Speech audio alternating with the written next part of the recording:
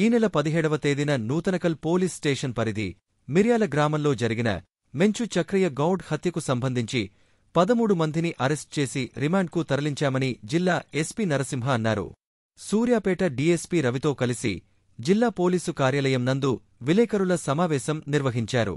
ఈ సందర్భంగా ఎస్పీ మాట్లాడుతూ ఈ నెల 17వ తేదీన నూతనకల్ మండలం మిర్యాల గ్రామంలో సాయంత్రం సుమారు 5 గంటల సమయంలో గ్రామ పెద్దగా ఉన్న మెంచు చక్రయ్య గౌడ్ను అదే గ్రామానికి చెందిన దుండగులు కర్రలు, మారణ ఆయుధాలతో దాడిచేసి అత్యంత పాశవికంగా హత్య చేయడం జరిగినదన్నారు.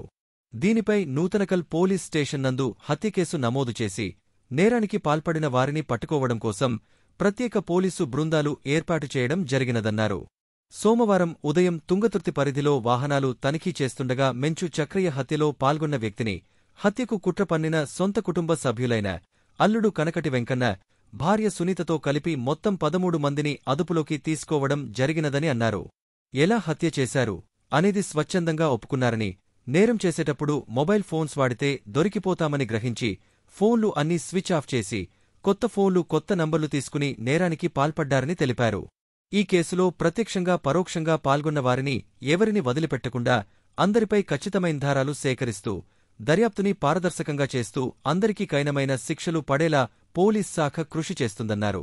ఈ కేసు ఛేదించడంలో సమర్థవంతంగా పనిచేసిన సూర్యాపేట డీఎస్పీ రవి, సిఐ శ్రీను, ఎస్ఐలు మహేంద్రనాథ్, వీరయ్య, క్రాంతికుమార్, నూతనకల్ పోలీసు సిబ్బందిని అభినందించారు.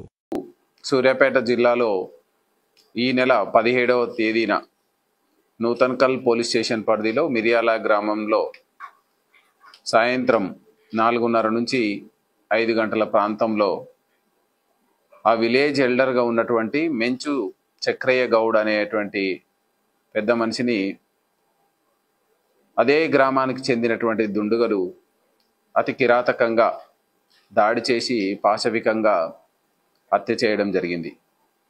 దీనికి సంబంధించి సూర్యాపేట జిల్లా పోలీసు యంత్రాంగం చాలా కఠినంగా తీసుకోవడం జరిగింది. దీనికి సంబంధించి మల్టిపుల్ టీమ్స్ని వాళ్ళ అపరెన్షన్ కోసం డిప్యూట్ చేయడం జరిగింది. ఈ సందర్భంగా ఈరోజు మనకు తుంగతుర్తి పరిధిలో మార్నింగ్ అవర్స్ 6:30 ప్రాంతంలో మనం వెహికల్ చెకింగ్ చేస్తూ ఉంటే ఈరోజు ఈ అఫెన్స్లో ఈ మెంచు చక్రయ్య గౌడ్ హత్యలో ప్రత్యక్షంగా పాల్గొన్నటువంటి ఒక వ్యక్తిని, అదేవిధంగా ఇతని హత్యకు కుట్ర పన్నినటువంటి వాళ్ళ కుటుంబ సభ్యులు, సొంత కుటుంబ సభ్యులైనటువంటి అల్లుడు కనకటి వెంకన్న ఆలియాస్ వెంకటేశ్వర్లు, వాళ్ళ భార్య, అదేవిధంగా ఇతర అక్యూజులందరినీ ఒక 13 మంది అక్యూజులని ఈ వెహికల్ చెకింగ్లో పట్టుకోవడం జరిగింది. వీళ్ళని డీటెయిల్గా మనం ఎగ్జామిన్ చేస్తే వాళ్ళందరూ కూడా వాలంటరీగా మెంచు చక్రయ్య గౌడ్ యొక్క హత్యకి పన్నిన కుట్ర విధానం వాళ్ళు తెలియజేయడం జరిగింది. దీన్ని మనం సిస్టమేటిక్గా ఇన్వెస్టిగేషన్లో డెవలప్ చేయడం జరిగింది. దీనికి ప్రధానంగా మనం కేసు ఈ నేరస్తులు ఈ మెంచు చక్రయ్య గౌడ్ని ఒక కుట్ర ప్రకారం, పథకం ప్రకారం హత్య చేయాలని ఎటువంటి ప్లాను గత కొన్ని రోజులుగా వాళ్ళు వేసుకున్నట్లు, ప్రధానంగా ఈ నెల 13వ తారీఖు మార్చి 13వ తారీఖు విలేజ్లో ఉన్నటువంటి బొడ్రాయి ఉత్సవాలలో ఇతన్ని ఆ రోజు అందరూ ఒక దగ్గర గుమ్మిగూడి, ఆ విలేజ్ ఏరియాలో గుమ్మిగూడి, సో మెంచు చక్రయ్య గౌడు మనకు ప్రతి పనిలో కూడా మన ఆధిపత్యానికి అడ్డు వస్తున్నాడు, సో ఇతన్ని ఎట్నైనా ఎలిమినేట్ చేసుకోవాలనేటువంటి పథకాన్ని వీళ్ళందరూ పన్నడం జరిగింది. సో ఇందులో చూస్తే మనం వివరాలకు వెళ్తే నూతనకల్ మండలం మిర్యాల గ్రామానికి చెందినటువంటి మెంచు చక్రయ్య గౌడ్ గత 30-40 సంవత్సరాల నుంచి రాజకీయాల్లో పెద్ద మనిషిగా, విలేజ్ పెద్దగా చలామణి అవుతూ గ్రామ సర్పంచ్గా పనిచేసి, ఆ తర్వాత తన కూతుర్ని కూడా గ్రామ సర్పంచ్ చేసి, తన సొంత అల్లుడు 3వ అల్లుడైనటువంటి కనకటి వెంకటేశ్వర్లు పిఏసిఎస్సి చైర్మన్ కావడంలో కూడా ఆయన సహాయ సహకారాలు ఉంటూ, సో అందరూ ఒక కుటుంబ సభ్యులుగానే ఉంటూ వస్తూ ఉన్నారు. 2020 తర్వాత ఈ చక్రయ్య గౌడు తన అల్లుడైనటువంటి కనకటి వెంకన్న ఎప్పుడైతే పిఎస్సిఎస్సి చైర్మన్ అయినాడో మండల స్థాయిలో తన ఆధిపత్యం చెలాయించడం, అదేవిధంగా చెలాయిస్తున్నప్పటికీ విలేజ్లో మెంచు చక్రయ్య గౌడ్ యొక్క ఆధిపత్యం అనేది కొనసాగుతూ వస్తుంది. సో ఈ మెంచు చక్రయ్య గౌడ్ యొక్క ఆధిపత్యము సహించలేనటువంటి సొంత అల్లుడు, కూతురు వీళ్ళందరూ అతనికి వ్యతిరేకంగా ఒక వర్గంగా ఏర్పడి కొంతమందిని ఏర్పాటు చేసుకొని ఒక గ్రూపుగా ఆధిపత్యం కోసం ఈ విధమైనటువంటి ఒక వాళ్ళ మధ్యలో మనస్పర్ధలు అనేవి కొనసాగుతూ ఉన్నాయి. అయితే 2023లో ఎప్పుడైతే అసెంబ్లీ ఎలక్షన్స్ అయిపోయిన తర్వాత మెంచు చక్రయ్య గౌడ్ కాంగ్రెస్లోకి వచ్చి ఆయన యొక్క పార్టీ వచ్చిన తర్వాత, అదేవిధంగా 2024లో కనకటి వెంకన్న మళ్ళీ కాంగ్రెస్లోకి రావడం, కాంగ్రెస్లో వచ్చినప్పటికి కూడా మెంచు చక్రయ్య గౌడ్ యొక్క ఆధిపత్యం కొనసాగడంతో సహించలేకున్నటువంటి కనకటి వెంకన్న గ్రూపు సభ్యులందరూ కూడా సో మెంచు చక్రయ్యని ఎలాగైనా అంతమొందించాలి, మన ఆధిపత్యానికి అడ్డు వస్తున్నటువంటి మెంచు చక్రయ్యని మనం ఆధిపత్యాన్ని తొలగించుకోవాలనేటువంటిది ప్రణాళికతోటి ముందుకు పోతున్నారు.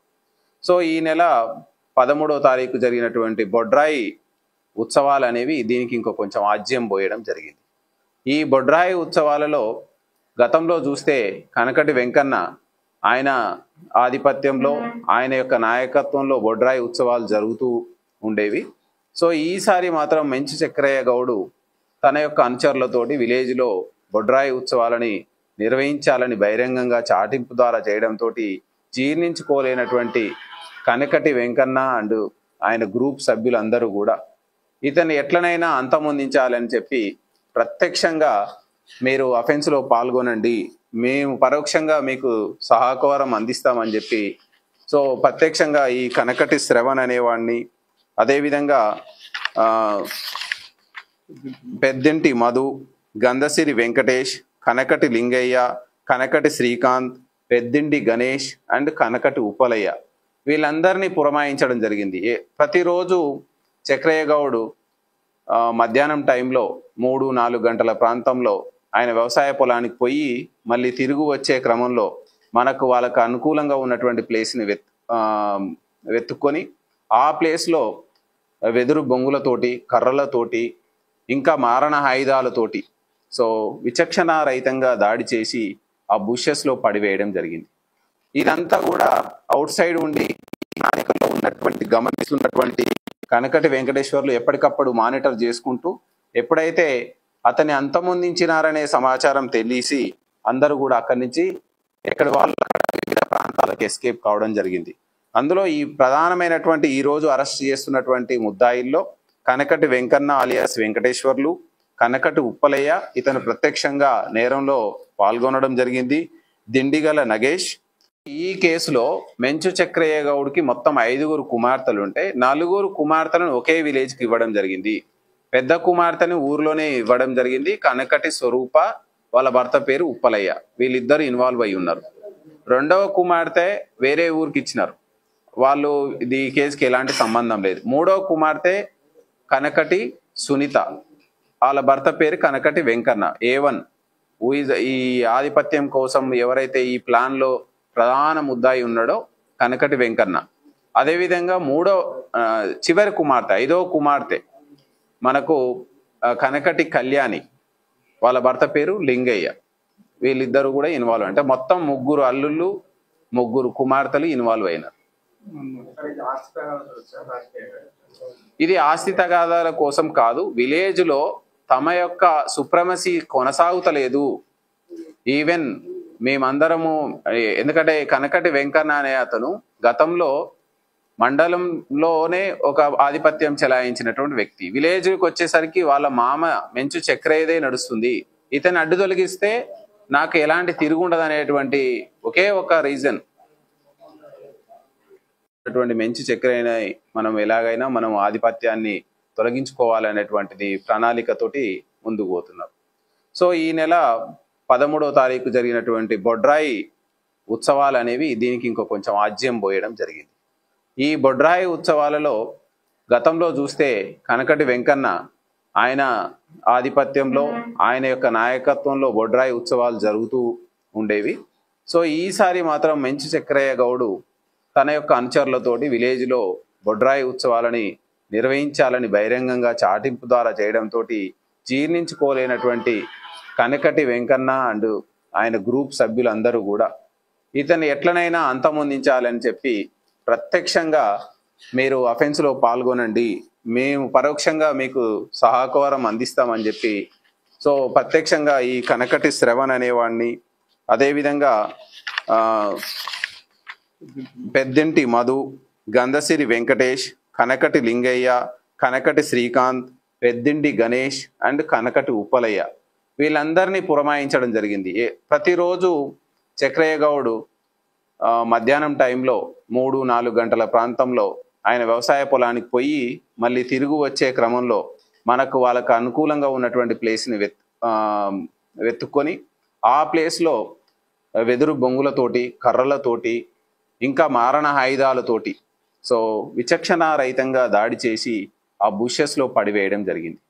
ఇదంతా కూడా అవుట్ సైడ్ ఉండి నాయకుల్లో ఉన్నటువంటి గమనిస్తున్నటువంటి కనకటి వెంకటేశ్వర్లు ఎప్పటికప్పుడు మానిటర్ చేసుకుంటూ ఎప్పుడైతే అతన్ని అంతమొందించినారనే సమాచారం తెలిసి అందరూ కూడా అక్కడి నుంచి ఎక్కడ వాళ్ళు వివిధ ప్రాంతాలకు ఎస్కేప్ కావడం జరిగింది.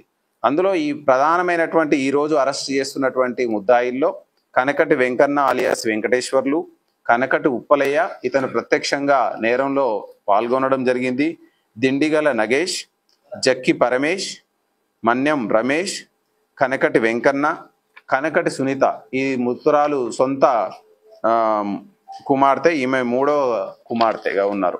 కనకటి శ్రావ్య, కనకటి స్వరూప మృతుడి యొక్క సొంత బిడ్డ, ప్రథమ కుమార్తె. కనకటి కళ్యాణి ఈమె మృతుడి యొక్క సొంత కుమార్తె, ఈమె 3వ కుమార్తె. అదేవిధంగా కనకటి వర్దెల్లి అనూష, జక్కి స్వప్న, బారి సతీష్ వీళ్ళని 13 మందిని మనం ఈరోజు వెహికల్ చెకింగ్లో అదుపులోకి తీసుకొని వీళ్ళ నుండి అఫెన్స్కి యూజ్ చేసినటువంటి పారిపోవడానికైనైతుంది ఈ అఫెన్స్ కుట్రలో భాగస్వామ్యంగా ఉన్నటువంటి 2 కార్లను, ఒకటి ఇన్నోవా క్రిస్టా, ఒకటి స్విఫ్ట్ కార్లని స్వాధీనం చేసుకోవడం జరిగింది. ఈ అఫెన్స్కి యూజ్ చేసిన ఒక కర్రను కూడా మనం స్వాధీనం చేసుకోవడం జరిగింది. 10 సెల్ ఫోన్లని అఫెన్స్కి ముందు అఫెన్స్కి తర్వాత ఉపయోగించినటువంటి వివిధ ఫోన్లు ఉపయోగించడం జరిగింది. వాటన్నిటిని స్వాధీనం చేసుకోవడం జరిగింది. ఫోన్ నెంబర్లు రాయబడ్డ ఒక కాగితం, ఎందుకంటే వీళ్ళు ఫోన్లు వాడకుండా వీళ్ళు ప్రధానంగా మనం గమనిస్తే ఏమవుతుందంటే వీళ్ళందరూ నేరస్తులు టెక్నాలజీని మనం ఉపయోగిస్తే పోలీసులకు ఏ విధంగానైనా దొరికిపోతాం, మొబైల్ ఫోన్స్ని యూజ్ చేస్తే దొరికిపోతాం అనే ఉద్దేశంతో ఉన్న ఫోన్లన్నిటినీ స్విచ్ ఆఫ్ చేసి ఎక్కడుంటే అక్కడ పడేసి కొత్త ఫోన్లు తీసుకొని ఆ కొత్త ఫోన్ నెంబర్లను కూడా కొన్నిట్లలో వాళ్ళకి తెలిసిన నెంబర్లని, ఇంపార్టెంట్ నెంబర్లను ఒక స్లిప్ మీద రాసుకోవడం జరిగింది. దాన్ని కూడా మనం ఈరోజు స్వాధీనం చేసుకోవడం జరిగింది. దీనికి సంబంధించి మనం మిర్యాల గ్రామంలో మంచి వాతావరణాన్ని నెలకొల్పాలనేది మన ఉన్నతాధికారులు కావచ్చు, ఈవెన్ డిస్ట్రిక్ట్ పోలీస్ అడ్మినిస్ట్రేషన్ అక్కడ ప్రశాంత వాతావరణం నెలకొల్పడానికి ఈ కేసును చాలా ప్రతిష్టాత్మకంగా తీసుకోవడం జరుగుతుంది.